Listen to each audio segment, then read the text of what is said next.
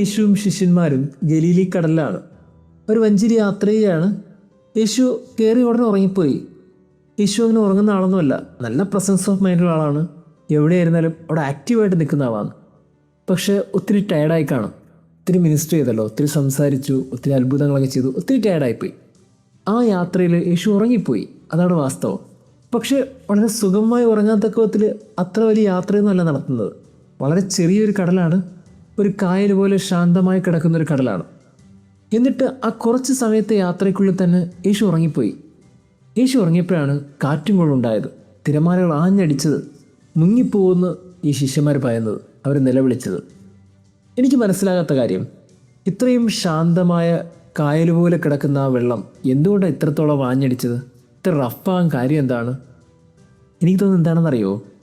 ഈ പ്രകൃതി പെട്ടെന്ന് നോക്കിയപ്പോൾ അവരുടെ ഗുരു അവിടെ കിടന്ന് ഉറങ്ങുകയാണ്.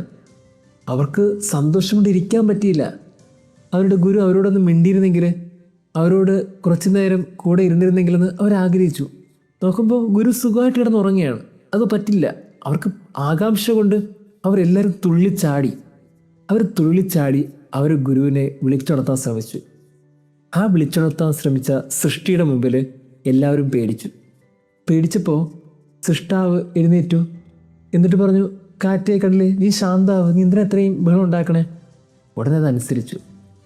ഈ സ്വരം കേൾക്കാൻ വേണ്ടിയിട്ടാണ് ഈ കാറ്റും കടലും ഇത്രത്തോളം ബഹളം ഉണ്ടാക്കിയത്, ഇത്രത്തോളം ഒച്ചപ്പാടുണ്ടാക്കിയത്. അവർക്കൊത്തിരി ആഗ്രഹമായിരുന്നു അവരുടെ ഗുരു അവരോടൊന്ന് സംസാരിക്കണം. അതിനുവേണ്ടി ഉണ്ടാക്കിയ ഒരു കുസൃതിക്കളിയാണ് ഈ സംഭവമെങ്കിലോ? നമ്മൾ ഓർക്കേണ്ട ഒരു കാര്യം എന്താണെന്നറിയോ? ഒരു പിടിവാശി കാണിച്ച ഒരു പ്രകൃതിയുടെ ഒരു ചെറിയ കുറുമ്പാണ് നമ്മളിന്ന് കണ്ടത്. ഗുരുവിനറിയാം ഇത് എൻ്റെ സൃഷ്ടിയാണല്ലോ, അതുകൊണ്ട് ഇവരൊക്കെ എൻ്റെ കൂടെയുള്ളവരാണ്, അങ്ങനെയൊന്നും എന്നെ മുക്കിക്കളയില്ല, എൻ്റെ കൂടെയുള്ളവരെയും മുക്കിക്കളയില്ല, ഇവരെൻ്റെ കൂടെയാണ്.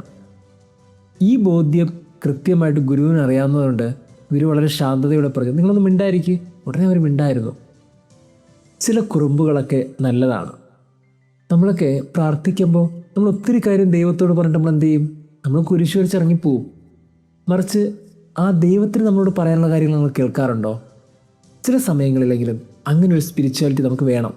നമുക്ക് നഷ്ടപ്പെട്ടുകൊണ്ടിരിക്കുന്ന ഒരു ബേസിക് സ്പിരിച്വാലിറ്റി എന്താണെന്ന് ചോദിച്ചാൽ, നമ്മളുടെ ഗുരുവിനെ ഒന്ന് കേൾക്കാനായിട്ട്, നമ്മളുടെ ഗുരുവിനോടൊന്ന് സംസാരിക്കാനായിട്ട് നമ്മൾ തയ്യാറാകുന്നില്ല. ഇന്ന് ഈ കാറ്റും കടലും നമുക്ക് നൽകുന്നൊരു പാഠം എന്താണെന്നറിയോ? കുഞ്ഞു കുറുമ്പുകളിലൂടെ നമ്മളോട് ദൈവം സംസാരിക്കാനായിട്ട് അവർ ഇടവരുത്തുന്നുള്ളതാണ്. നമുക്കും ഒരു കുഞ്ഞു കുറുമ്പുകളൊക്കെ വേണം. നമ്മുടെ ദൈവത്തിന് നമ്മോട് സംസാരിക്കാനുള്ളൊരു താല്പര്യം വേണം. അങ്ങനെ അവൻ്റെ സ്വരം കേൾക്കാനുള്ളൊരു ഇഷ്ടം വേണം. അങ്ങനെയുള്ളിടത്താണ് നമുക്ക് ദൈവവുമായൊരു ബന്ധം ഉണ്ടാകുന്നത്. നമുക്ക് പറയാനുള്ളത് മാത്രം പറയാൻ ഇത് റേഡിയോ FM ഒന്നല്ലല്ലോ. അപ്പുറത്തിരിക്കുന്ന ദൈവമാണെന്ന് അറിയുമ്പോൾ അവനെ കേൾക്കാനായിട്ട് ചില കുറുമ്പുകളൊക്കെ നല്ലതാണ്. ദൈവം നമ്മെ അനുഗ്രഹിക്കട്ടെ.